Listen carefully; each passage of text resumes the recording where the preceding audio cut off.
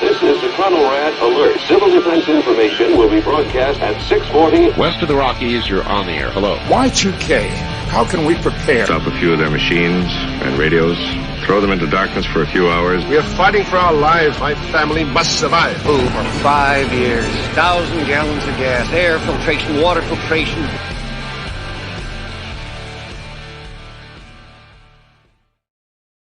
Coming at you from the frozen tundra that is East Central Alberta, Canada, streaming live on YouTube, Twitter, Twitch, Rumble, and Odyssey. Welcome back to the workshop where we create community, find freedom, promote preparedness, and share success. I am Toolman Tim. Today is June the 6th, 2023. This is episode 320 of Workshop Radio. How is everyone out there? I know this is an odd evening. Ryan did me a huge favor when I accidentally double booked on Saturday. He's a good dude all around. We're going to have him on in a minute. We're going to talk about the trouble with troubleshooting. It'll be a good time. So let's get the announcements out of the way, and then we'll bring him right on. So first off, guys, there's a member of the workshop community, the greater TSP community, who just launched a website. He did exactly what he said he was going. Podcast, not a website. He already had one. Matthew Sursley, if you know him, the agorist attorney, or the agorist tax advisor. He's a good dude, an absolute intelligent, unbelievably smart guy. And he just started a new podcast called It Depends. So give him some love. I threw the link in all the places so you guys can check him out. He's got 4 episodes out already. And he told me he was going to have 3 before the end of May. And he sent me a brag email the other day saying he did exactly that. And for what it's worth, Matthew, I'm proud of you. And get out there and give him a workshop hug, guys. Number 2, actually a couple things. So we've got kind of a weird schedule. I've got extra shows this week, even though I told you there'd be no shows on Saturday. And here we go. So anyway, tomorrow morning, 10 o'clock Mountain Time, I've got Jeff Donaldson of Preparedness Labs coming on. It's going to be a great episode. He's a fellow Canuck out of Ontario. He has a podcast, blog, Instagram channel, and he runs a company called Preparedness Labs where they do preparedness, what's the word for it? Like preparedness audits for bigger businesses. It's going to be a fun time. I made this contact through George, who came on that did the Last House Standing documentary, so I appreciate that. And number 3, Thursday, it's going to be 2 shows kind of. So at 5:30 Mountain Time, I'm going to be running the bi-weekly Self-Reliance Festival live stream. Not sure who's going to be my guest yet.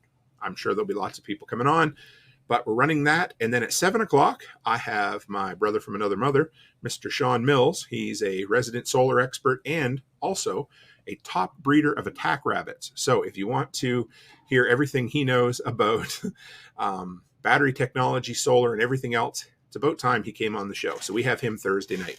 And finally, guys, today's tool. 'Tis the season.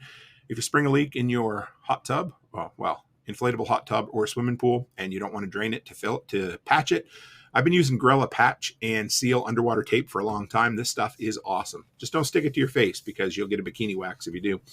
So link is in the description. And with that, guys, let's slide on over to our guest this evening, Mr. Ryan Steva. Where are you? Hey, sir, how are you? Good. How are you, Tim? Not bad at all. Good to have you, brother. Thanks. I'm glad to be on. Yeah, it's long overdue. Yeah, absolutely. I think we did a collaborative video a while ago, but you beat me to it. I was just going to say this is way back. I think I was only maybe doing content for 3 or 4 months. I remember I kind of launched the channel in February, and I think it was around April. I reached out to a bunch of other creators, and I said, hey, Ryan, do you want to be part of this? I think it was what your favorite tool was or something, wasn't it? Yeah. Yep. Yeah. And you were gracious enough to send me some content, and I always appreciated that, man. That was fun. It was 7 or 8 of us that did it all together.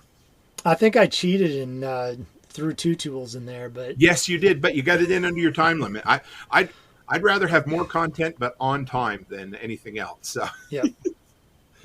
So, yeah, Ryan, introduce yourself to us, man. Some of us will know you, but who are you? Where are you from?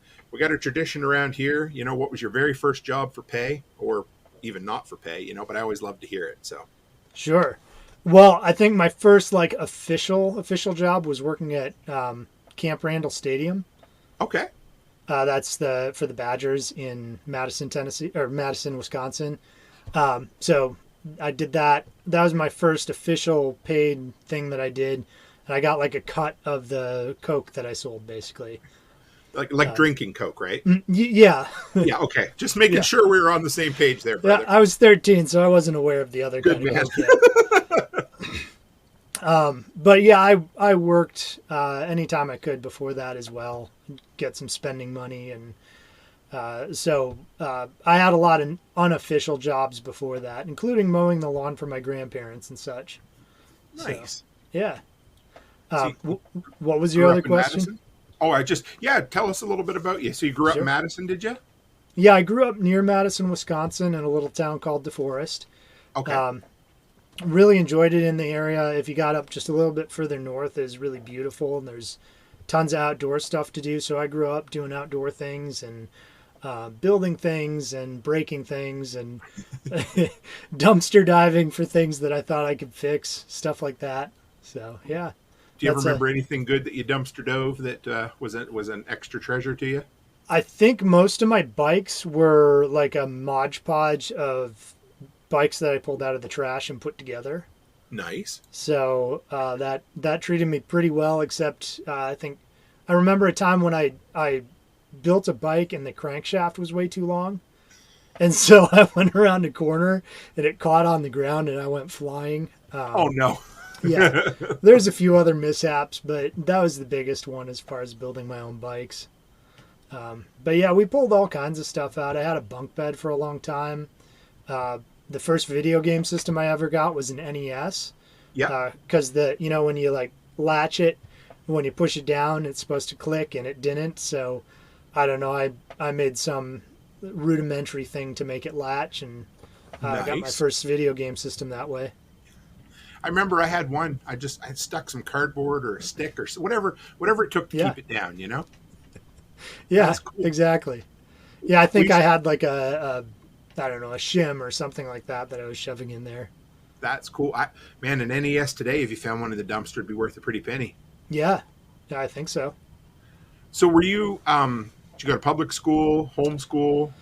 I was homeschooled throughout I think second grade through the rest of middle school, and then I went to a private school for high school. Nice. So, yeah, it's back when like only weirdos were homeschooled, like the kids who didn't fit in or whatever. For me, it was really more that I was kind of dyslexic and struggled to read, and so I needed an environment that was more conducive to, not having to be pushed quite so fast to learn how to read.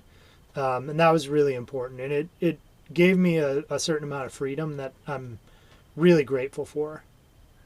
Did you guys do any homesteading or gardening or anything as a kid? Or So we had goats, but they were mostly just pets. Okay. And we had chickens when I was really little, which I loved. We had garden periodically, so it's kind of on and off. That area of Wisconsin is super fertile, so you plant anything and pretty much it'll grow. Not a real long growing season, but if you planted it, it would usually do okay. So yeah, we did some of that. We had 7 acres. My dad's a mechanic, and so we always had like some car that somebody gave him for free that we drive around out in the field. We got Subarus on occasion, so we'd like tow tubes and other dangerous things behind it, like behind a boat, but it was on the snow. So we did all kinds of fun stuff. We had space and did adventures, and I got to build pretty much anything. I got to be dangerous. In fact, recently I learned that my cousins dubbed my brother and I the Danger Cousins. So that's awesome. Who wouldn't want to be called that? Exactly. I'm like, I'll take that. That's fun. What was the deadliest thing you ever built or contraption, do you think? We built all kinds of like crazy slingshot type things. I think we got a hold of some like medical rubber, rubber tubes, and built stuff with that. Beyond that, we built snow forts. Yeah. So we had this long driveway, and my dad would plow it with the tractor and dump the snow. So we'd have these like 10, 15 foot tall piles of snow, and we'd dig forts into the middle of them. And I can imagine that's really dangerous. Like they could collapse at any point. And then, we had a 3-story tree fort that was like 35, 40 feet in the air was the 3rd story. Dude. And a small wind came along one time and blew it down. Yes, sir. So, yeah. So how'd you go from, growing up tobogganing behind a Subaru in Madison to being a Homestead? Is it Homestead Consultant? Is that what you call it? Yeah. It's thehomesteadconsultant.com. So I took it because that was the URL that was available. Nice. Plus, do what you say what you do, all that. But yeah. It's a good question. So I had a health crisis in my 20s, and that really kind of was the catalyst for me. You hear a lot of people kind of start, there's like, they get that one thing and there's just a snowball, like they go down the full rabbit hole, and they for me it was basically, I'll spare people the full story at this point, but when I went through the medical system to try to deal with what I was dealing with, I went to the Mayo and they gave me absolutely atrociously bad advice, like around every single corner. Because by the time I had gotten there, I had figured out how to mostly deal with the issue I was having on my own by some research and teaching myself how to read like medical papers and things. Mm-hmm. So by the time I got there, I knew what I needed to do, and I was doing it, and I got given really, really bad advice. And so it's, I've always kind of questioned the way things are, the way we're told things should be. But when I had that happen, there was this shift because, I'd grown up fairly conservative, and there's at the time, a big push for like, medical companies or pharmaceutical companies should be getting profits from the things they invent, and basically a lot of defense of how big pharma worked. Sure. And I'd kind of bought into it, at least in part. And at this point I had realized that it's broken. Our medical system's broken. The pharmaceutical industry is broken. And that kind of started the ball rolling with, I guess also our farming systems are broken, and our government systems are broken, and kind of all of that started to just snowball. So I started to realize I needed to eat differently, which I did. Tried my own garden, and the first year was absolute utter failure. And then researched, and that was right around the time we moved to Tennessee. Okay. So the next year, I was at my house in Tennessee and able to put in a garden, and it went really, really well. I used kind of a combination of different techniques, including like back to Eden gardening, which was the first thing that I had really come across that resonated with me, and lasagna gardening and things. And so we did a little 10 by 10. And it went so well, I expanded it, and I just kept expanding it. And now it's really hilly here, which you probably know, Tim. A little bit now. Yeah. So I've had to do terraces to expand it further because it's a bit on a hillside. Sure. Then we got chickens, and I started to plant out an orchard. And somewhere along the way, I learned about permaculture, which I kind of learned I was doing, but realized I could function stack a lot more. So I started adding things, and my orchard became, instead of 4 fruit trees, it became 6 fruit trees, and then ground layer and bush layers and vining things and berries and all kinds of things mixed in, and herbaceous layers and comfrey planted everywhere. And now it's I think pretty much 4 years after I planted most of it, and it's just like this absolutely amazing little orchard kind of getaway spot. Then I realized, crap rolls downhill, right? And so below my chicken coop, I was just wasting all the fertility that ended up, kind of going downhill. Most of it I figured out how to capture to put in my garden, but some of it still ends up downhill. So now I'm doing like a little like gabion wall with with trees and berry bushes and all kinds of other stuff on contour. So as the water flows down, it hits that gabion wall, or the kind of like a retaining wall on contour, and spreads out, and all that fertility gets spread out to all my plants going downhill.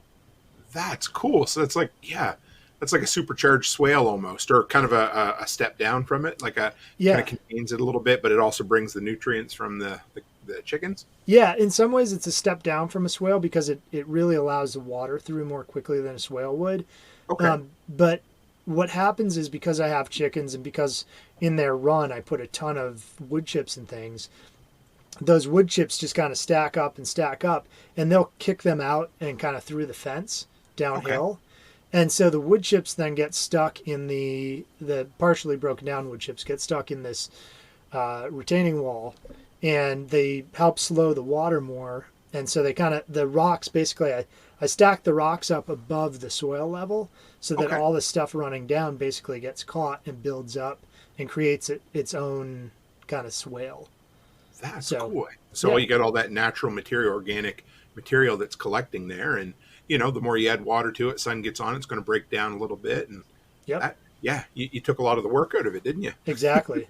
Yeah, that's a big thing for me, is making sure that I have, I work a lot. I've got multiple businesses. I'm not home a lot, so I need my systems to do the work for me as much as possible. And that orchard I was talking about, the first one, it's matured to the point where I go through and mow it every couple of weeks. But beyond that, it doesn't take much interaction. My kids and my wife just get to go out and pick fruit from it. Nice. But things like making sure that I'll put it this way, I don't turn compost. I think it's a waste of my time. Sure. But I want compost, so I use my chickens to make compost. Okay. So within the run, I put wood chips, which, wood chips are high in carbon. They've got a lot of end grain on them, so they soak up nitrogen and ammonia really fast. So my chicken coop doesn't smell, my chicken run doesn't smell. They're not walking around in, sloppy mud. And then everything that we don't eat gets thrown to the chickens, even if it's something they don't eat, like a lemon or an onion or something. Eventually it'll break down, and they do the job for me. They scratch and turn everything over constantly, looking for bugs and things. Nice. So once a year I go in, I use a little mesh, hardware cloth over my wheelbarrow, take out about 10 to 20 loads of wheelbarrows full of compost that my chickens made for me over to the garden. That's awesome. And then, of course, that water, nutrients, is coming out of the compost and going down the hill as well. Right. Yep. Dude, that's cool. Yeah, and there's so many things you can function stack. You've probably seen, I think Nicole Sauce is doing a victory garden that you may have seen at the workshop. But the idea is you can take what I just talked about, where the chickens turn the compost, and you can also have them weed your garden and fertilize your garden and compost in place, so you don't have to move it. Okay. Because my land is sloped the way it is, and I don't really have a flat spot, it doesn't function well for that system. But if you combine what I was just talking about with a victory garden, man, that's everything your starter homesteader needs. It's you're going to have much better water retention. You'll have compost that you're making. You'll have chickens and eggs. You'll have your garden's a lot easier. Your garden's a lot more fertile. Like it's like everything you can think of. And then if you just basically, if you set up a really simple water catchment system, then you can have water that maybe is uphill a little bit from there, and gravity feeds for your chickens and for your garden. So you can put all those four systems, chicken, water, compost, and garden, all in one spot all together, and have basically the thing that everybody wants as a homesteader to get started all compacted into one space, and have your work reduced because the chickens are doing most of the work for you. So you got multiple businesses, did you say? Yes. So what do you do? So I'm a home inspector is my primary business. And that's part of, hence the troubleshooting and like figuring things out. Yeah. And then I also, about a year ago now, started doing the Homestead consultant. Because when I started the business home inspecting, I didn't have enough to make ends meet. So I was helping friends and family set up like mini farms and permaculture systems and things like that kind of on the side. And I realized I was really good at it. I was really good at designing them and coming up with ways to make things simpler for people. So people who are even really busy could get good food from their own land.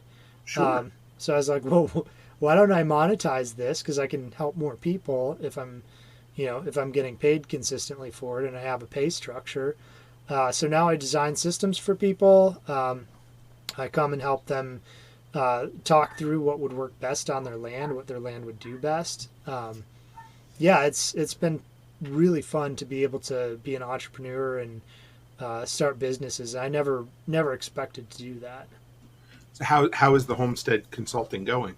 Is it starting to pay the bills a bit? Yeah, it's absolutely helping. It's going well. I think I can make more money just going straight home inspector, but I love the Sure. I love the Homestead consulting so much that I'm okay with that. But yeah, I've got several consultations per week, most weeks, and I do quite a few designs. I try to, in my design, what I try to do is I try to do like an overhead layout so that people can actually, it's like an interactive map. I take a map of their property and have an interactive system where they can click on things and see descriptions, and it's kind of drawn out on their property.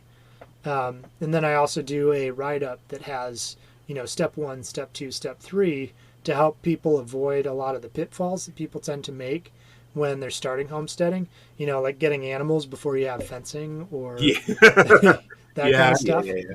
Yep. So, it's really, the word's escaping me, but it's a blessing to me, and it is to others as well, I think, to be able to help them. And since it's so local for me, I'm able to connect people. Yes.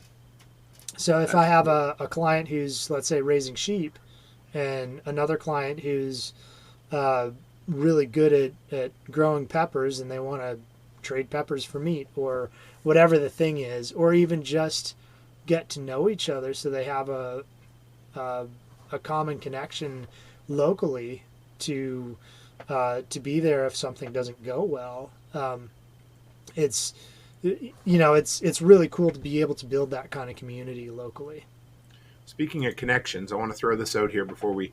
Andy says next time you're near Chattanooga, give me a shout. I think you have my number, but if not, Tactical Nicole or Nighthawk do. Yeah, I have your number, Andy. It would be good to get together again soon. What part of Tennessee are you in exactly? I'm near Carthage. Okay. So if you're going from Nashville out towards Nicole's, Yep. I'm about, you'd exit like 15 minutes before you would exit to get to her place. So a couple exits, 3-4 exits for Gordonsville, something like that. Gordonsville exit. Yeah. That's where you take? Yep. I'm just north of there. Right on. Yeah, we stay in Gordonsville. So we cool. Yeah. By the, I don't know. Anyway, right off the highway. That's where we normally stay. So yeah, I know the area really well. So cool. I love it here. So are you disclosing the general location of your Tennessee property yet? Oh yeah. I mean, yeah. So it's like 45 minutes south of Camden, kind of it. So just straight south. We're going to be having a work day there, so everybody's going to, everybody will know. But yeah, it's easy. It's just a straight run and one right turn. So okay. But yeah, I'm excited. It'll be cool. We're going to be down. I haven't even told Carrie this yet, but I'm going to be in Knoxville, like near the 20th of August, something like that. So nice. I got to meet up with Carrie. So I'm saying that out loud now, Carrie, so I don't forget. And he's in that area. Yeah. We trade information fairly often, and if people are looking for consults or whatever in that area, I like to point them towards him because, there's no point in me driving 2.5 hours when he's right there. Absolutely. That's the way our communities work, right? Yeah. Yeah, I don't want to look at any of these people as competition, right? Like, Carrie does great work. There's other people I know on the other side of Nashville that do great work. Like, there's no point in being, I mean, maybe a little friendly competition, sure. But, man, we've got such a great community of people who want to do things and really honestly just want to help other people out that, I have no issue recommending other people as well. So when you reached out to me, you said you wanted to come on and talk about troubleshooting, which I was excited about because I've learned a lot about troubleshooting over the years. But I did a preparedness presentation at Thriveless Fair, and there's a whole section in there about becoming better at troubleshooting. And the biggest thing is by learning. Yeah. And I figured, hey, I would love to have Ryan on because I bet you I'll learn a whole hell of a lot from him. So where do you want to start with the troubleshooting end of things? I guess, where'd you get your, you kind of talked a little bit about where life led you, but where did you get kind of your, cut your teeth on troubleshooting, that sort of thing? Sure. I talked a little bit about growing up and dumpster diving and things like that, where I just had a kind of a knack for it and enjoyed it. My family wasn't wealthy by any means. So, being able to find something and fix it was something I oftentimes wouldn't have had, like the Nintendo. Right. So that was part of it. It was, necessity is the mother of all invention, right? Or goes something like that. Yeah, I think you're right. We all knew what you meant either way. Don't worry. So growing up that way, it was encouraged too with my dad being a mechanic. Sure. We always had cars that we got inexpensively because they needed repair. We lived on wood heat, so we had to figure out ways to always make that work. So it was always a thing, trying to figure out how to do something in a way that maybe we otherwise couldn't. So in that sense, there's a bit of troubleshooting, just in like, how do you travel cheaper with a big family, right?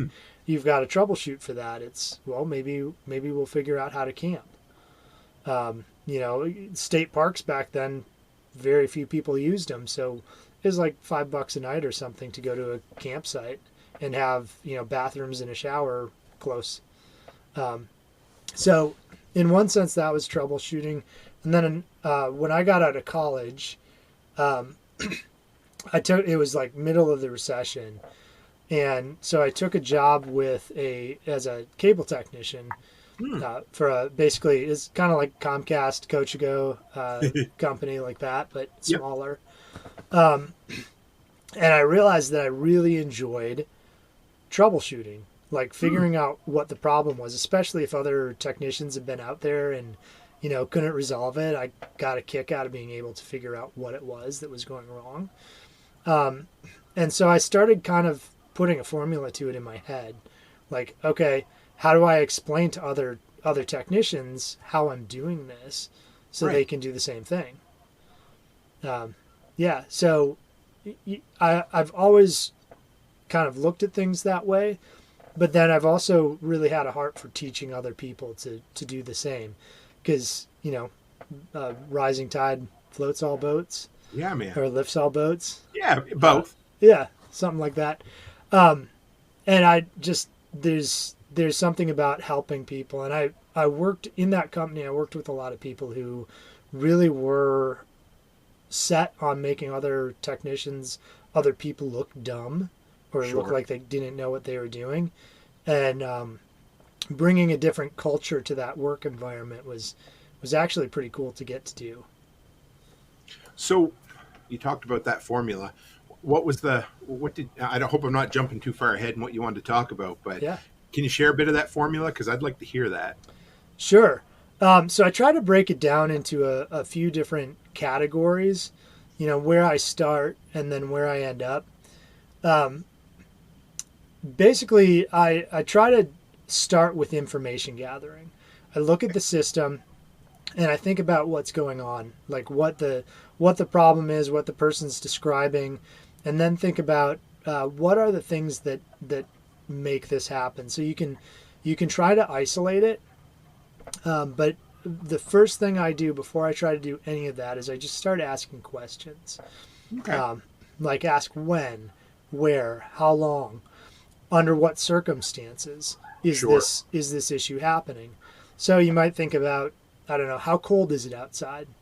Is it below freezing when this thing happens? And try to find those patterns and those correlations. One thing I would say also, though, is don't get stuck on them. I see a lot of people who are new to troubleshooting or just don't do it very often. They'll find a correlation that has no meaning and they'll get really stuck on it. Like every time it happens, it's at night. And then you start asking questions and you're like, well, are you home during the day?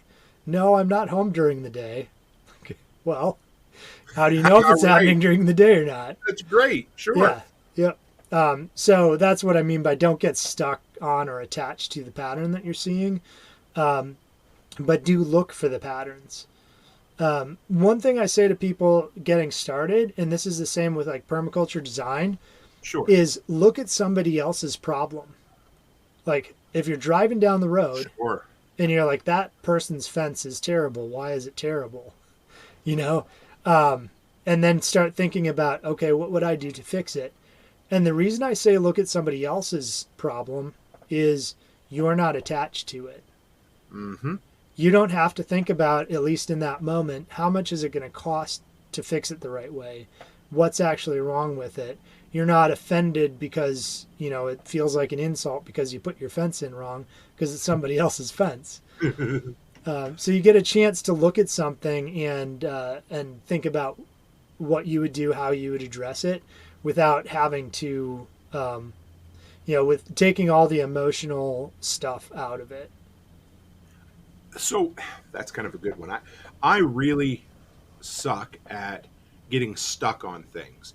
I become, my blinders get on. I'm really good at thinking outside the box until I've made up my mind. And then all of a sudden I seem to lose the ability to get creative with troubleshooting. Do you know what I mean? Is there a way you can overcome that, or I don't know, knock it out of your head a little bit?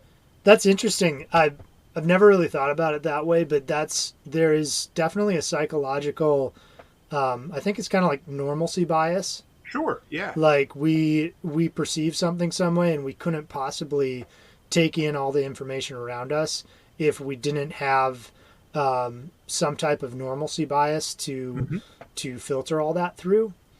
And I do think that looking at somebody else's problem that's similar can shake you out of that.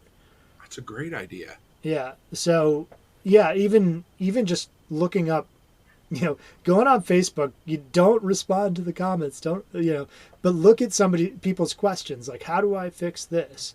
And Tim, you and I think are in like the same handyman mastermind group where people ask questions, and you can do searches in those groups, right? So you can go to the top, you can search for questions that have been answered or things that people have talked about.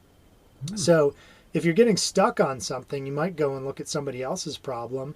And before you read the comments on how people are suggesting to fix it, think about how you would approach it, because you can do it without being emotionally stuck on it. I like that. Yeah. And sometimes all it takes is I like to take a breath once in a while. Sometimes I need to set something down for a day or two and come back to it. But that might be a really good way to short circuit that and maybe jump over needing to let it sit for a few days. You know? No, and you make a great point too, though, because sometimes setting something down, your brain's doing the background computer thing, right? Where it's going, how do I? And then you sleep on it, and your brain kind of wipes clean all the dumb thoughts and tries to put the new ones together in kind of a subconscious way. So you wake up refreshed. This is a dumb example, but it's all right. Growing up, I wanted to learn how to juggle. Okay. You remember Klutz books? They were popular in the 90s. Okay. For like how to do things. And so I got this book, and one of the things it suggested that was actually the most helpful was practice until you start getting worse at it, and then go to bed. Sure. And so your brain goes, like, basically you're working at something until your muscles and your brain aren't really working together anymore. And then when you go to bed, your brain basically puts all those things back together. And so your suggestion of putting it down for a while and coming back to it later is an excellent one. Huh. That's cool. I like that a lot, actually. And that, yeah, there's something to be said about that. Just giving it some rest and letting your brain take over, because it's unreal the kind of stuff that your brain can come up with on autopilot. You know what I mean? It's way better than sitting there. Anyway, getting mad at something on your workbench, right? Right. Yeah, or like breaking something because you've got frustrated and you're trying to do it too fast. Oh, yeah. Like, I've done that. I'm like, oh, yeah. I'm repairing something and I'm like, screw this. I'm just going to see if I can do it faster. You don't take the time to do it right. I don't know how many times I've thought, I shouldn't do this, but I'm going to. And as soon as I do it, I'm hooped. I'm like, yeah. You're so, like, I'm going to have to fix that with duct tape now, right?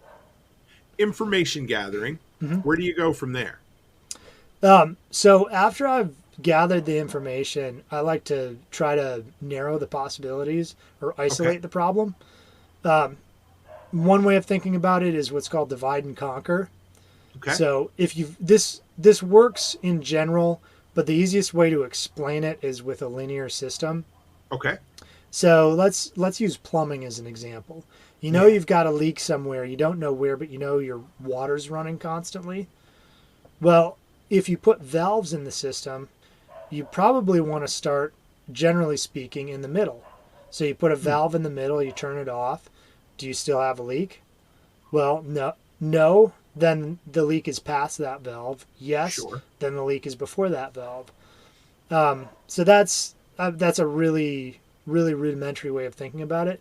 But you're isolating the problem. So then you can kind of keep breaking it down and finding where or what circumstances create the problem. So even once you've isolated it, a lot of times you won't necessarily know the exact right fix, and we'll kind of talk about that in a minute. But isolating the problem is a really important step. Trying to as much as you can pull out the variables. Okay. So that's kind of a scientific method. If you think of it, you're taking away the variables to test a hypothesis. Right. It's literally the scientific method. Yeah, exactly.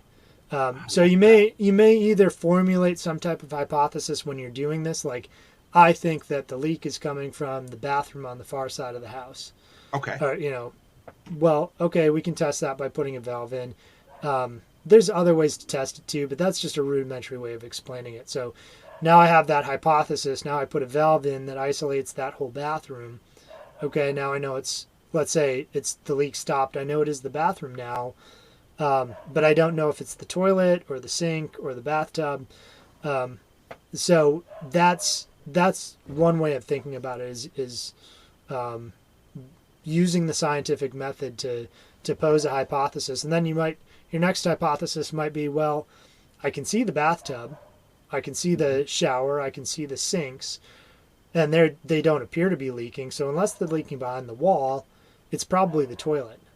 So there's easy ways to test the toilet. You just turn the toilet valve off, right? So you're stacking hypotheses on top of each other to isolate that problem until you get it really narrowed down. And depending on the situation, you may narrow it down more or less based on what it's going to take to fix it. Okay. So where do you, do you want to go to the next steps, or do you want to give some examples? It's a good question. Yeah, so different examples would be, so we talked about something that's linear, like plumbing. Sure. You can do the same with electrical, because it's in a line. It starts here, goes there. Something, let's say a computer gremlin you're having, you can't test it in a linear way, so you're gonna have to test it some other way. So I would start thinking about what the most likely hypothesis is for the issue you're having with it, and then go from there. If there's ways that you can isolate it, if there's ways that you can, disconnect a whole bunch of different, let's say there's a buzzing on your audio.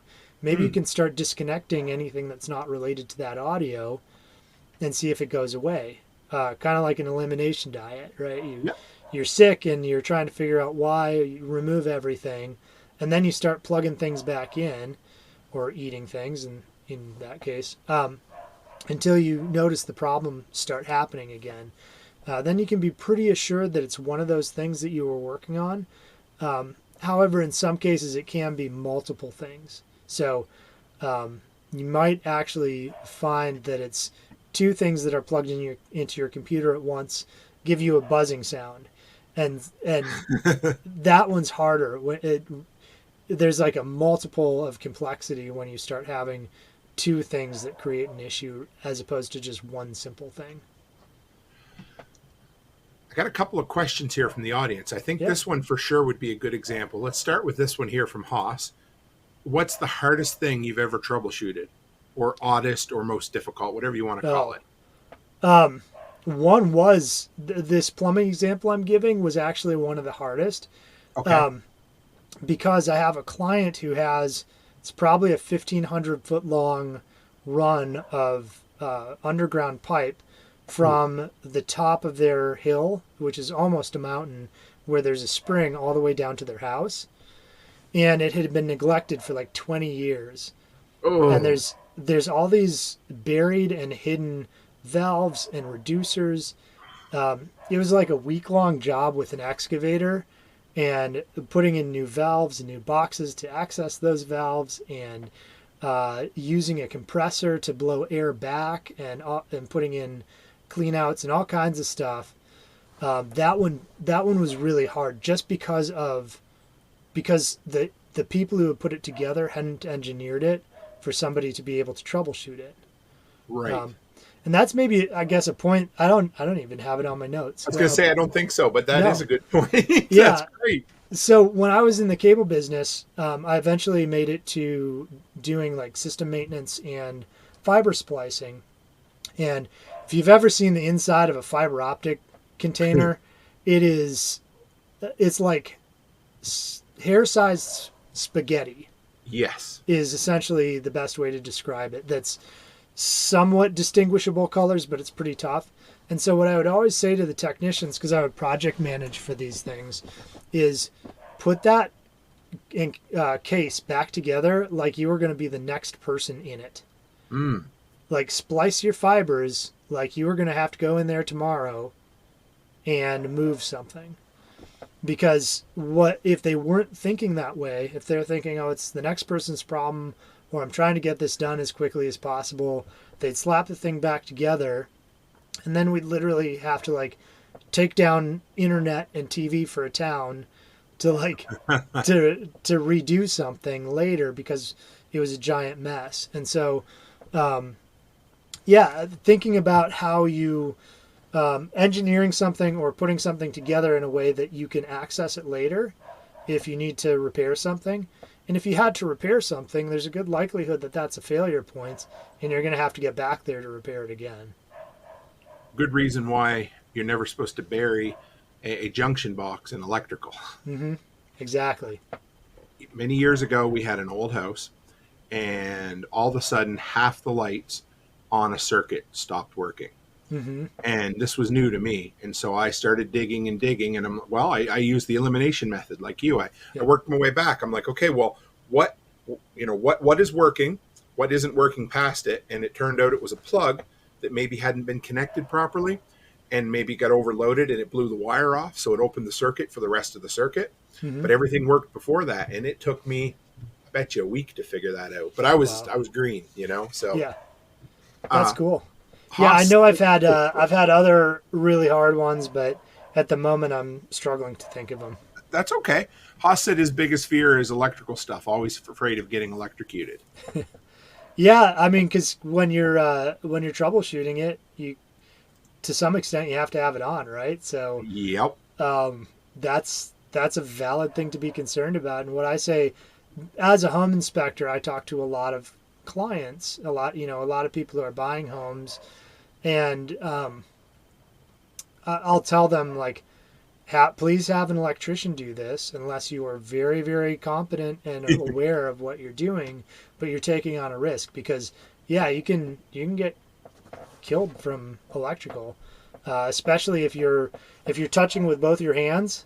Ground, one hand on ground, one hand on it. It goes right through your heart, the electrical path. So yeah, it's something to be concerned about. I'll ask you one more question. We'll get back to the stuff here. But Haas wanted to know also, what kind of equipment do you recommend for troubleshooting? That's a great question.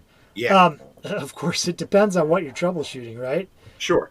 If it's electrical, you'll probably want things like a circuit tester. Yeah. You can get circuit tracers. So Klein makes a circuit tracer where you plug it in and you can actually trace it back to your circuit panel, and you can figure out which circuit it is. Stray volt detector, ohm meter or voltmeter, so you can see if there's continuity between different things. So there's a lot of answers to that, and those are just a couple things you might want if you're troubleshooting electrical, but it really depends on what you're troubleshooting. So if you want to clarify further, if you've got like a specific circumstance, I'd be happy to elaborate on that. So let's take a plumbing, for instance, and you've isolated, you've worked your way back, and you figure, okay, the problem is most likely with the toilet. What's the next step from there?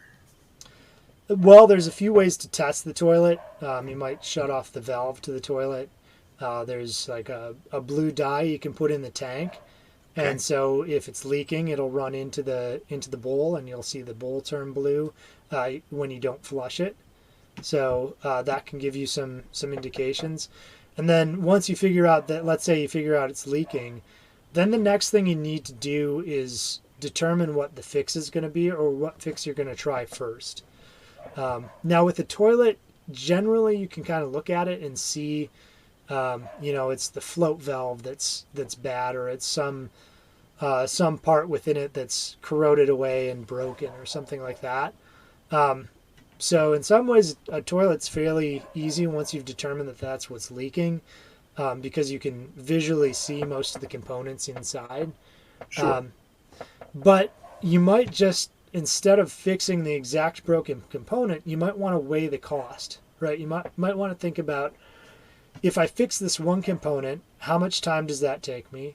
How much money does that cost?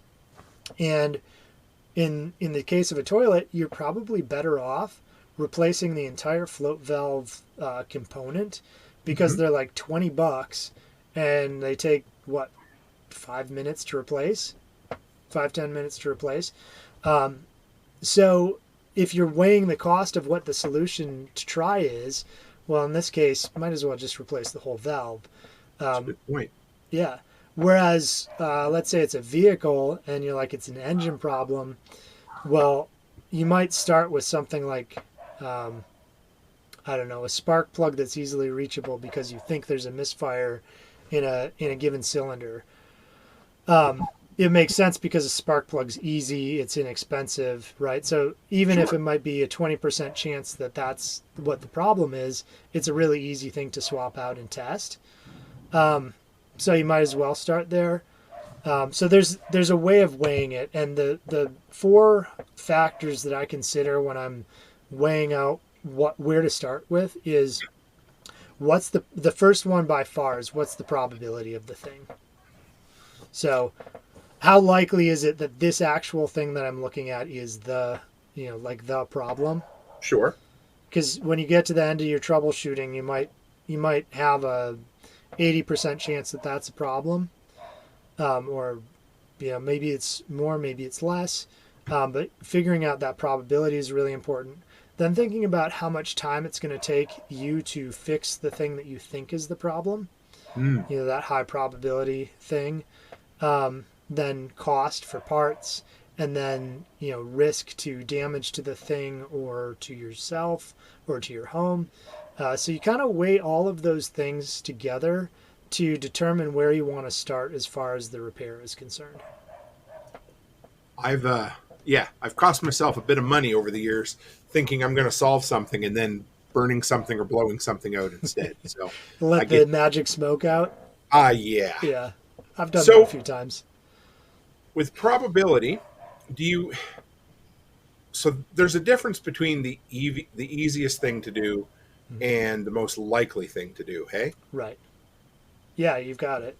so because sometimes a person likes to take the shortcut, and you're like, well, this is the easy thing. I'll try that first, right? Right. Have you ever run into that? Sure. Yeah, Where like you I was pay- saying, like the spark plug is the easy solution, so I might try that first. And that one's not going to bite you in the butt. Worst case scenario, you get a new spark plug. Right. Let's say somebody's got a roof leak and they're like, I'm just going to put Flex Seal on it. And they put Flex Seal on it and they're like, it stopped leaking. It's good. Well, maybe.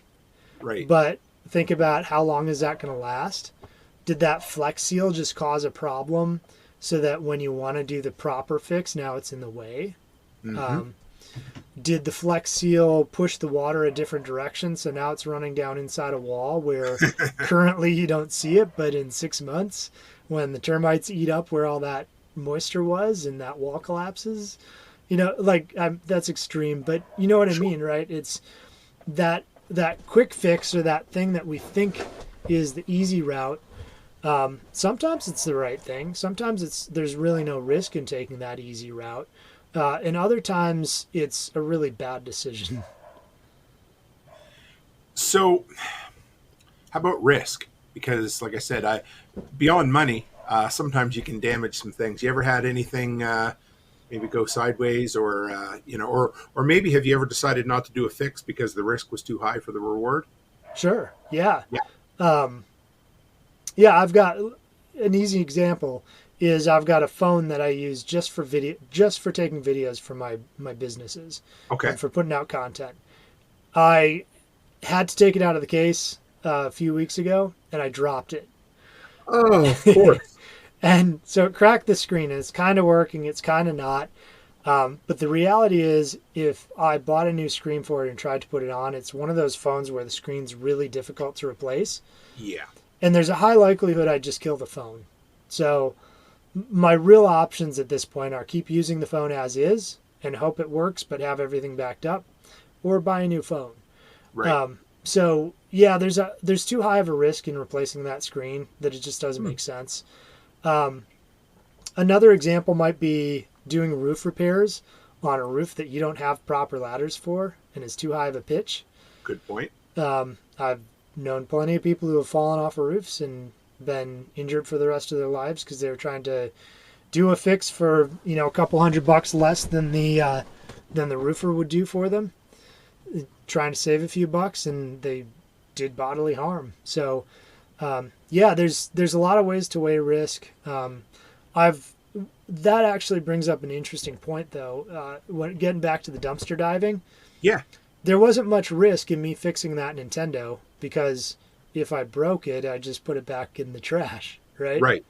The computer I'm talking to you on right now, I literally pulled out of a dumpster, and with a couple other computers, I put together a pretty decent computer that I can edit video on.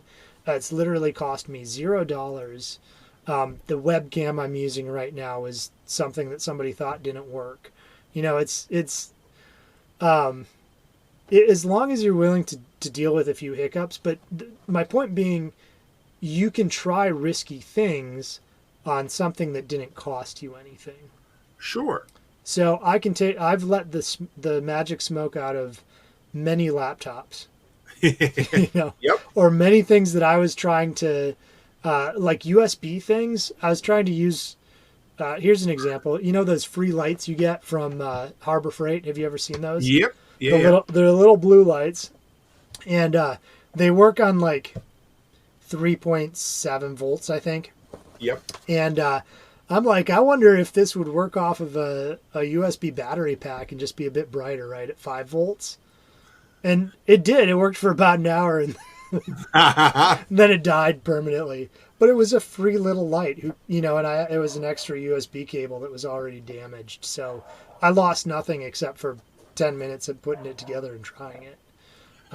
So finding something with low risk is useful. So it's, I guess you could kind of look at money and risk as two sides of a teeter-totter. Mm-hmm. because, you know, a big risk and very little money, you're good, or a big risk and you could save a lot of money might be worth it too. Yeah. Yeah, absolutely. Finances ties into it.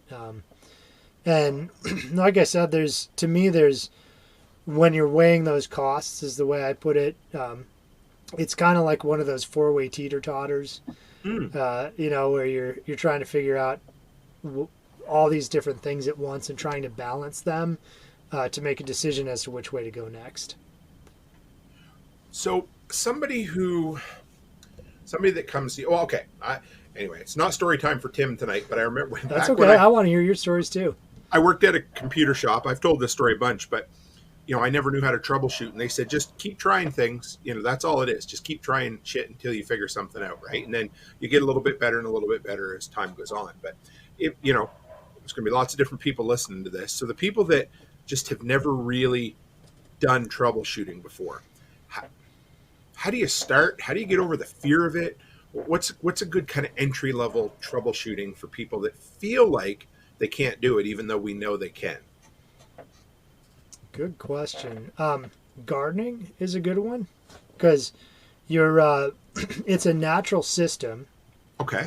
And you're gonna run into problems, right? But they're plants and they're generally annuals, so if you kill them, you know, you learn something, right? Try again next year.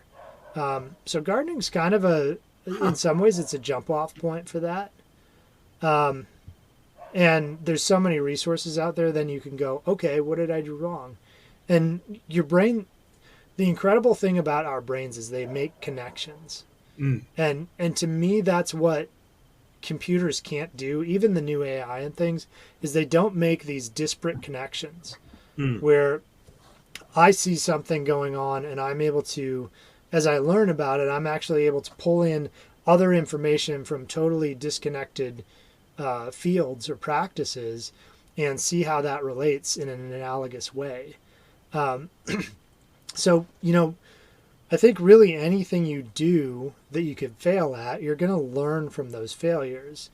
That's where taking those, you know, low risks, at least to start with, is, or maybe it's a higher risk, but with a low financial penalty, is really, really helpful, because now you can take a bigger risk, see what happens, and learn something from it. I've always liked taking old things, tearing them apart, and seeing what makes them tick. Yeah. I never realized that's why I did it, but you know, I've broke lots of things, but there's many things I just didn't bring back to life, but I learned something every time I tore something apart. Yeah, I mean, what kid in the 90s didn't tear apart some VCR that stopped working, right? Oh yeah. Or that swallowed every tape. You're like, okay, well, nobody's using this again. Let's see how this thing works. And I loved it. Yeah. I learned a lot about capacitors because I got shocked really badly by one. I believe you. That's a good example, man. Yeah, as a 12-year-old, I had a TV, and I think the circuit board was broken. Okay. So when it warmed up, it would turn itself off. Sure. And I figured out that if I kind of wedged like a screwdriver up in there just right, it would keep the board from bowing where that crack was, and it would keep the TV on. Well, every once in a while, you'd have to move the screwdriver. And as a kid, I wasn't smart enough to unplug the TV and then hit the power button to discharge all the capacitors. So I got hit by a capacitor pretty bad, and I'm like, oh, that's a capacitor. That's so I started learning electronic components by doing stupid stuff. And the reality is that's what kids are doing. You see kids do stupid stuff, and sometimes it's because they're copying somebody, but a lot of times it's because they're willing to take risks to learn how the physical world works in a way that we're no longer willing to. A really interesting example of this was they took a computer in a remote village in Africa. I think it had like Ubuntu or something on it, like a Linux operating system. Yeah. And they just stuck it out there in the middle of the town. And they came back like, I don't know, it was like a month later or something. And there's these kids who are doing rudimentary programming on it. Like they're changing code within this computer to make it do what they wanted to. And so they sat down and asked the kids, like, how did you figure this out? And they basically said, we just started clicking on things. Sure. Right? So they just started messing with it, and they weren't afraid of breaking it, because to them it didn't really have any value other than being an odd thing that was dropped off in their village. And so they just, in their kids, so they don't really weigh that. And so they just started playing with it until they figured it out. So in a way, their brain is making these really interesting connections that that we wouldn't think of, because they're taking this risk at breaking something that, somebody else might put value on, but they only did in what they could do with it. And if they didn't learn something to do with it, it had no value anyways. One of my favorite things to watch on YouTube is vintage electronics. So one of my favorite YouTubers, his name's Techmoan. He's I don't know, probably maybe late 50s, early 60s out of Britain. And he gets all these obscure, he really does a lot of like obscure audio formats and things. And he'll buy like even just mini systems, like CD, tape, whatever from the early 90s. And, the rubber's completely rotted off the wheels already, anything like that. And a lot of times he'll buy, like on eBay, it says for parts only, test it, not working. He'll buy a lot of that stuff, and he'll make videos out of trying to fix it. And what I love is he explains his process, but if it's a complete and utter failure, he doesn't delete it and not do a video on it. He shows when he flubs up too, Yeah, that's awesome. And one of the things that I recommend is for people to watch YouTube videos, but obviously do it with a grain of salt. Right. Because there's a lot of bad information out there too. And be on the lookout for it. Have your BS meter on when you're watching it, because you can learn things from somebody suggesting something that's dumb, because now again you're not invested emotionally in it. Right. So you can go, that doesn't sound quite right. And try to figure it out as they go through it. So as long as you're not taking everything as gospel on the videos you watch, it can be a tremendous resource to kind of short circuit the troubleshooting side of things. Do you have any YouTubers you like, or people that you turn to quite often when you want to learn some of that stuff? I can't say that I do, because most of the YouTube I watch these days is stuff with my kids at night. It's nice. Yeah. We don't really do TV, but they have a few channels they really enjoy, and they're all like, I don't know, grown-ups blowing stuff up or doing things like that. So I'm okay with it. It's entertaining enough for me. So no, I don't watch much YouTube or anything like that anymore. But I mean, you can dig and find, and I'd love to promote people here, but I don't have anybody that I watch regularly. I've got a bunch I can't remember, but This Old House is awesome. Yeah, they have. I mean, that show's been around since probably before we were kids, or pretty close to it. And there's just every time I want to do something. When I decided I was going to run gas lines from my house to my garage, and I never blew anything up, never had any leaks, but a lot of what I did came from This Old House videos. And they're, they'll have 10 or 15 minute. Well, there was a great video on how to put a barbecue outlet on the outside of your home, tapping into your existing line, that kind of stuff. So you start with there. Yeah, I like This Old House anyway. They're really good. No, I totally agree with you. So I put out a report when I do a home inspection. Okay. That goes to the client, and I'll have like the deficiencies or the problems with the house.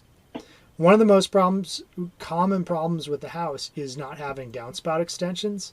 Yeah. And so I have a pre-made comment about that actually has a link to a This Old House video on how to put downspout extensions in and how to do things like, like rain gardens and things like that as like an auxiliary, just an added piece to my home inspection that makes it kind of stand out. But sure. This Old House is a great show, and their information is great. So I thought of this a few minutes ago, but so you're a home inspector.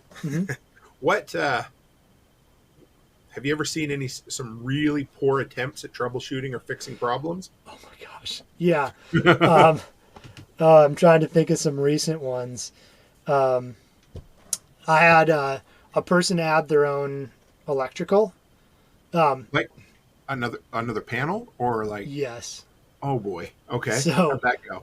All right. So I'll try to break this down in more layman's terms and make it as simple as possible. But generally speaking, you've got a main breaker panel.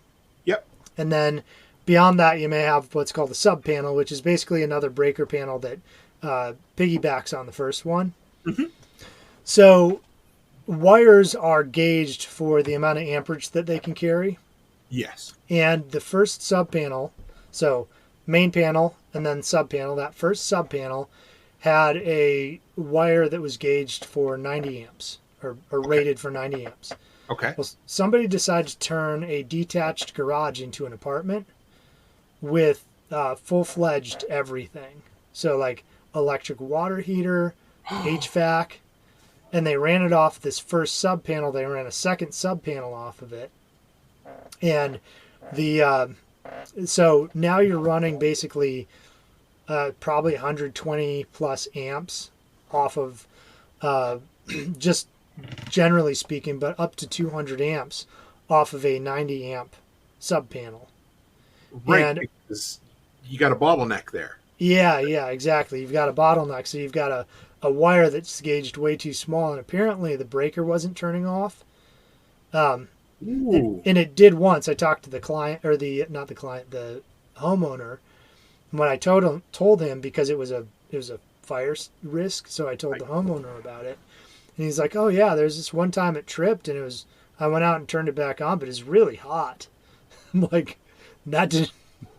Anyways, so he had put in his own additional electrical, and inside the box, that wire, like where they had tied on, they had done a splice, and it was just burnt to a crisp, and all the insulator was burnt off the conductor, and there's all these like ground wires like a couple millimeters from the conductor where if you touched anything it would short to this thing. So, and it had a breaker that wasn't breaking when it was supposed to. So stuff like that, yeah, there's some really sketchy, scary stuff.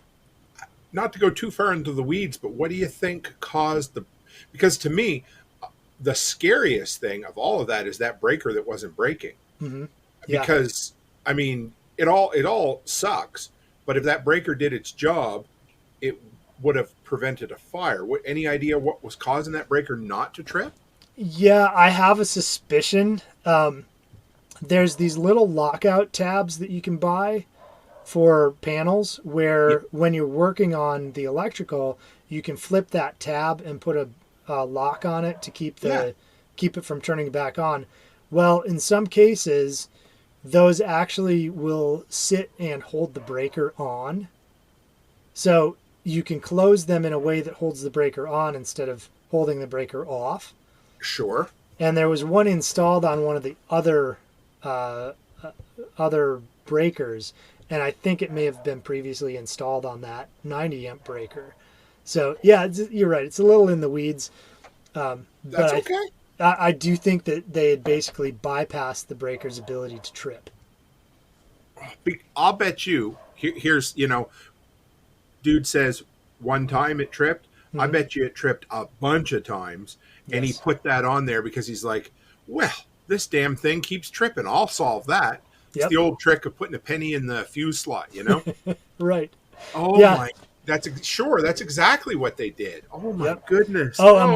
On my house in Minnesota, so this is before I was an inspector, but I had worked with a master electrician in college, so I knew enough about electrical at that point. Sure. My HVAC there was old enough that it was fused. Yep. And somebody had removed the fuses and cut 1/2-inch copper pipe to fit where the fuses went as shunts. So, yeah. Love it. Oh my God. Yeah. Oh wow. There's I get it. I know it was a thing that was done. Yeah. So another one that I see is bad decks here. Okay. So there's no There's building codes in most counties, but they're very rarely enforced, and most people don't bother pulling codes. Sure. And there's some counties that don't have codes. But decks are the thing that everybody puts on themselves. And there's several decks in the area that I've seen that are like, they're cantilevered, or not even cantilevered. They're just like, they've got these angled brackets going up, and they're not connected properly to the house. They're basically nailed to the house. So if you can imagine the physics of that, if you put any weight on the end, it would just basically pull away from the house. Sure. And so it's completely inappropriate. And I can just imagine somebody being out there for a barbecue and it collapses. There was one where I was doing an inspection for somebody, and they were buying, it was a property to totally reno. Okay. And there was a deck on the back, and I'm like, this deck is about to collapse. And so we were walking on it that day, which I don't know why. We just, like, I got to the bottom and I'm like, oh, that's about to collapse. So he bought the house, and I went back with him, and I stuck a pry bar behind one of the joists, and barely pushed on, just nudged it a tiny bit, and the whole deck just fell down. Wow. Yeah. Oh. Yeah. I could go on for hours about horror stories. You ever seen the YouTube video where the guy is hand bombing package of shingles onto his deck? And so he's it looks like a lift and a half of asphalt shingles on his deck. Wow. And the dude, it's a second story deck, and he steps up, slams that next one down on the lift, and the whole thing, him, deck, and everything go down. I think he was okay, but anyway. That's awful. So other than YouTube, what else can a person do to get better at troubleshooting? What kind of resources and stuff? Books are great, of course. Okay. If you like reading books, if you like Audible, there's tons of books that are, whether it's like a prepper novel where it's somebody that's actually well written, or whether it's, nonfiction and it's a how-to. I've listened to a lot of books on like gardening or homesteading where I'm like, I don't even really like their approach, but I listen to it anyways just to get ideas. Yeah. And the reality is it's the same part of our brain that puts together the ideas that will work, that also troubleshoots the things that are broken. And so if you're constantly exercising that part of your brain by listening or reading, those are super helpful. Another is have friends who are experts, right? Yeah. Reach out to them. Before you try that fix, go through the steps of isolating it and trying to determine what it is first, but then call a friend who is an expert.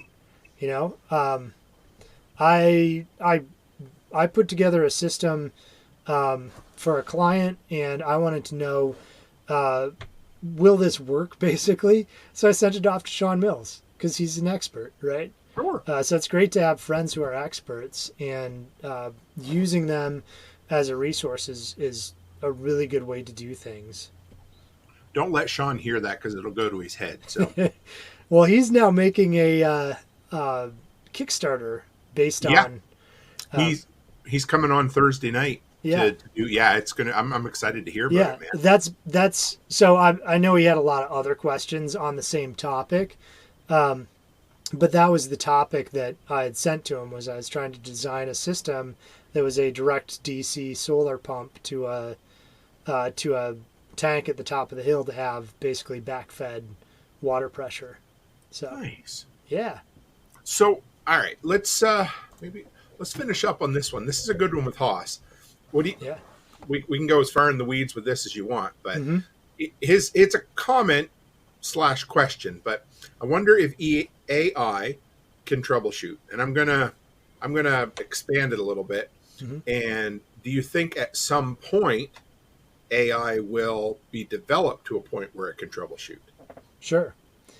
I think AI can probably troubleshoot it to some extent, especially with our ability to re-ask questions, essentially. So right now you can give AI a legal document and say, explain this to me simply, right? So AI is able to break down more complex issues. So I imagine that at least for certain things, it would be able to, if you were to ask it, this is happening, what's the most likely scenario? Or it may be able to spit out probabilities for you. So in that sense, it could certainly help. I don't know how far it can go. I've never tried it, but it's an interesting question. I kind of see it like, remember the old Choose Your Own Adventure books? Yeah. Where you just kept, I don't know if you ever did this, but you just kept, I'd keep flipping back and making the choice until I got the ending I wanted sometimes. Okay. So I'm wondering if you could, kind of with AI, you just keep asking the questions, because the cool thing is, and I love ChatGPT. Now, do I think lots of things can go hairy and sideways with it? Sure. Lots of things went hairy and sideways with the internet. Yet here we sit, two people 3,000 miles apart talking about troubleshooting. So it's still a pretty cool thing, right? Yeah. So AI has this access to everything. And what I like about it is it's really added an intelligence to searching. Mm-hmm. Because before, especially the last few years, everybody said it, Google's been kind of broken. Yeah. It actually, maybe I'm, old man yelling at clouds, but I remember, 10 years ago, you could type in something you wanted to learn about in Google, and the first few results would be like, forum posts of somebody who solved it. And now it's, 8 suggested sites because of Google ads, and then whatever else somebody has worked to the top because of, not scamming, but figuring out the system, right? Right. So what I love about AI, like you said, is the ability to keep asking it questions to pare down what you want. Mm-hmm. And for me, when I do things like the history of prepping episodes, the first few I did took maybe, 16 hours to put together. And with ChatGPT, the last one was less than 8 hours, because what it does is it got me to the source really quick. Mm-hmm. It saved me filtering through 90% bullshit to get to the stuff that really, the meat of it, right? And it understands what I want. It's an intelligent search. So I guess it's a long way to beat around the bush. I wonder if at some point, I think it's probably there a bit, but with some tweaking, if you could sit in front of something and kind of describe what you're dealing with, and I think you could probably do it now, but I bet you we're only a few years away from it being able to really, the idea I always thought about, it would be nice to have like a call your own handyman kind of service. Right. And I'm wondering if at some point AI is going to be able to do that for us. Yeah, I think one of the limitations with AI right now is actually how and what we ask it. Right. At least to an extent, which is a limitation of the AI to not be able to figure out and draw connections to certain things. Because you or I asking each other the same question may be able to figure out on inference or on, facial cues or whatever else. Yeah. But I think that, let's say in the future we've got some AI where you can actually point a camera at the thing and say, this isn't working. Well, you might not know how to say what a air exchanger is on your HVAC, right? Or a heat exchanger on your HVAC is. You might not know the term for that, but you might be able to point at it with the AI and go, what is that? And then once you know what it's called, you go, okay, what can go wrong with a heat exchanger on on an HVAC system? So it may be that as these things become a little less sandboxed, that you'd be able to do some things like that with it. I'm, as many people are, I'm kind of leery of how it's going. I agree with Spirko, I think most of your followers probably at least have some awareness of him. He's been talking about AI recently and don't get left behind. It's like the geezer who's sitting there going, that internet thing is never going to amount to anything. So I get that on one hand. I'm looking forward to decentralized AI because my concern here is exactly what you were talking about with Google. Google is useless. And not only is Google useless, every single search engine that you use, with the exception of maybe like Yahoo, is using the Google crawler to pull its information. So yes, DuckDuckGo might be more private, and it might not be trying to manipulate you by the results it gives you, but it's still pulling those results from Google, and they're still pretty much useless. And I was talking about the condition that I have or had earlier that really kind of started me down this road. And today I couldn't find the information I would need to figure out what was going on with me. I bet. And Yeah. if you could, how far down would it be buried? Right. Right. It's an interesting, I kind of hope this, if nothing else, it really does turn it. And my mind's going all over the place, but I'm thinking here, you point it, when you get to the point of pointing a camera at it, right? Mm-hmm. Well, maybe it also has audio sensors. And if it's making a funny noise, maybe it can hear that noise and say, hey, I have a suggestion for what it might be. Right. Or the camera might be able to see hot spots on the electrical or on the HVAC and say, hey, guess what? This third green wire up here is 5 degrees hotter than anything else. That's probably where your problem is. Yeah. And in 2005, I started at the hardware store. A year later, somebody came in with a phone that had a digital camera on it. And it was the first time anybody had ever come into the store with a, hey, here's a picture of my plumbing. What's wrong with it? Yeah. What is that? 17 years ago. And look where we might be pretty quick. Right. Yeah, I think there's a lot of uses for it. And just like anything else, I really like doing certain things old school enough to know them. Right. Yes. Like, I'm going to be teaching a chicken processing class in a couple of weeks here.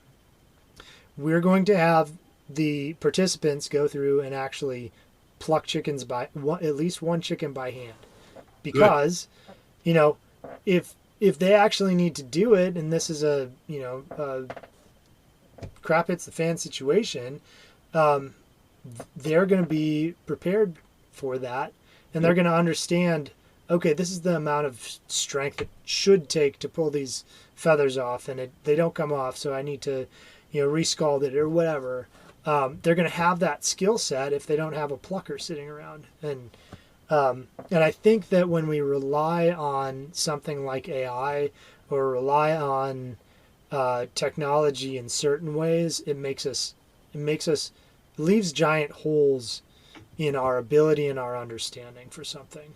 So hopefully, those of us who are kind of keen on that can use AI in a good way, but I'd really love to see it decentralized, because I don't want to see what happened to Google and our search engine and the internet in general happen to AI. Didn't think you were going to come on and talk about AI tonight, did you? Didn't expect it, no. It's the best part of the show, man. I love it.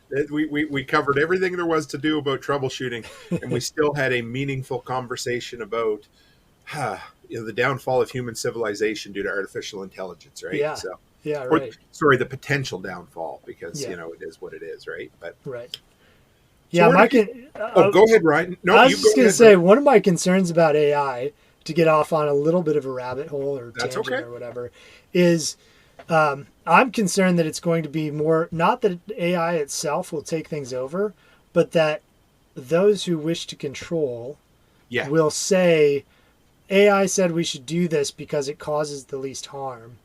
And it has nothing to do with AI, or it's an AI that they programmed. But, it's not actually the best thing to do. It's just, we're now saying we've conditioned people to think that AI can calculate better than us. So as long as they say that AI said, this is the right way to govern, or this is the right way to, do this thing, now everybody's going to do it. It's the wizard behind the curtain, or exactly. big brother, right? Yep. It's you just keep using that as the example and don't worry about the rest. Yeah. That's at least for the short term. That's more concern for me than almost anything else AI wise. I dig it, man. I feel you. I really do. I guess where I come from, I'm like, I see all the bad shit. It's probably going to happen. I'm like, well, let's figure out how I can use it for me, and I won't worry about the bad, because the bad's going to happen either way, right? So. Yeah. No, I agree. I tend to be a little bit, I can't think of the word at the moment, but I like to be cautious about what I'm, it's almost like I'm putting my signature on something if I'm using it. if that Yep. makes sense. Like, Sure. I know that my training of Chat GPT, if I used it, is going to be a blip on the radar. Not even that. But I have some ethical quandaries with, giving information and training something that could be used so poorly. So I don't know. I've been thinking about it, but I'm not exactly sure where I land on all that. It's had a great idea. I've had Andy Higginbotham on a few times. Do you know Andy? I don't. No, he does the cooking at some of the cooking at LFTN and Self Reliance. Oh yeah, okay. I didn't know his last name. Yes, I know. Oh yeah, Andy. yeah, Yeah. awesome dude, and just made me think we should do a roundtable episode on AI. I think Yeah. that would be. I think that'd be a great idea. You brought me. We went down a rabbit hole that it's always a lot of fun. There's something about these bleeding edge tech that I don't know, just gets a person's eyes to light up a little bit, even if it Yeah. is scary as shit. Well, I mean, it's really interesting, right? I actually really enjoy technology. I just hate what it's being used for. I get you. I mean, we all love guns, but there's times that they're used for an awful thing. Doesn't mean we need to ban them. It just means we need to have them and be careful with how we use them, right? That's all. Yeah. I mean, the same argument is true for, let's say, property, right? Yeah. When people give me an objection about, say, Bitcoin, I'm like, well, yeah, some world controller, maybe central banks are buying it up to use it, but isn't that same as property? I mean, BlackRock's buying up property, but do you think property is evil in and of itself? And so it depends on how it's being used. It depends on how you approach it.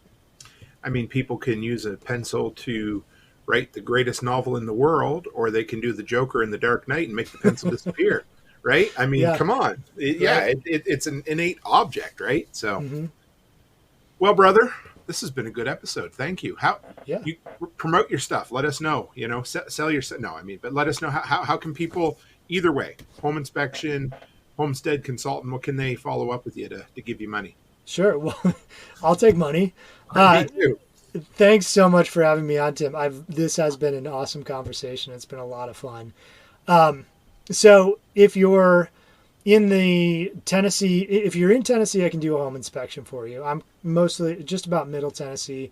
So I travel a couple of hours. I'd love to help you out if you're somebody moving to Tennessee who just needs references. If you need a good real estate agent, want to talk about where's a good place to move for the things you want to do. Those are all things I love. Thanks, Hoss. But that's really what I can do on the home inspection side. And then on the homestead consultant side, basically I help people figure out how to set up their homesteads in a way that makes sense, in a way that's very conducive for their lifestyle. So I really take into consideration their land, the resources that they have, the time that they have, what they're wanting to do, and try to get them connected with other local people who can help them out and things. So that's kind of what I do. My websites are I've got clarityhomeinspection.com, so that's my home inspection, and then the homesteadconsultant.com is my consultancy webpage. I've got all my prices, all my information up on there, and kind of explains the different packages. So basically I work with anybody in Tennessee, Southern Kentucky. I can actually do on-site stuff. I do distance consults too. So I've worked with people in Wisconsin and Illinois and in several other states. But I can't be as specific. I can't be quite as helpful without being on site. If people want to see my videos, I kind of started all this by putting together a place called Love Farm. It's with a friend, and she had a property that she wasn't doing anything with. So we just kind of started working together. And since I didn't have the consulting business at the time, I started a YouTube channel based on that farm. So if you want to find my videos, I do a lot of like homestead hacks and information on clever ways to do different things on your homestead inexpensively or more easily. That's over at youtube.com and then /@lovefarmtn. I think I gave you the wrong URL, Tim. That was an old Well, that's one. okay. We'll fix it up. Yeah, so I got to get my own custom URL recently. So yeah, that's at Love Farm TN on YouTube. You can there's good content on there. I'm always trying to put extra stuff up there, but that's my stuff. Sweet. Yeah. I got all the links in all the places to be in the Awesome. podcast description going out tonight as well. And yeah, it's in the live stream replay here for you too. So yeah. Are you cool with hanging on in the background for a second while I close her up? Absolutely. Right. I'll be Thanks right so back. much, Tim. Thank you. Like I said, guys, you need to know all of Ryan's stuff is in the links in the description tonight. You know what? It's cool. Ryan and I started with just, I'm not even sure. Okay. I do remember this story, and I'm going to tell this right quick about Ryan, because when I reached out to people to do that original collaboration, the only requirement I had was that people were putting out regular content. It didn't matter how many subscribers or anything else. And I looked, I said, look at that. Ryan is he's doing some cool stuff. And look what he's turned it into 3 years later. So for what it's worth, man, I'm proud of him. I love seeing entrepreneurs do shit like that. But the reason I say that is he's worth you supporting. So if you need Homestead Consulting, which I think is a cool business, and you can tell that's his passion, that's the thing that makes his eyes light up. Give him some support, guys. So that's it for me this evening. Do not forget, tomorrow morning, 10 o'clock, I got Mr. Donaldson coming on from Preparedness Labs, Jeff Donaldson. I'm quite excited about that. So it's an odd time, but if you hear this announcement before tomorrow morning, drop by. He'll really appreciate having some people in the audience to ask some questions. And with that, guys, you know I always appreciate you. As always, stay happy, stay healthy, and have a great week.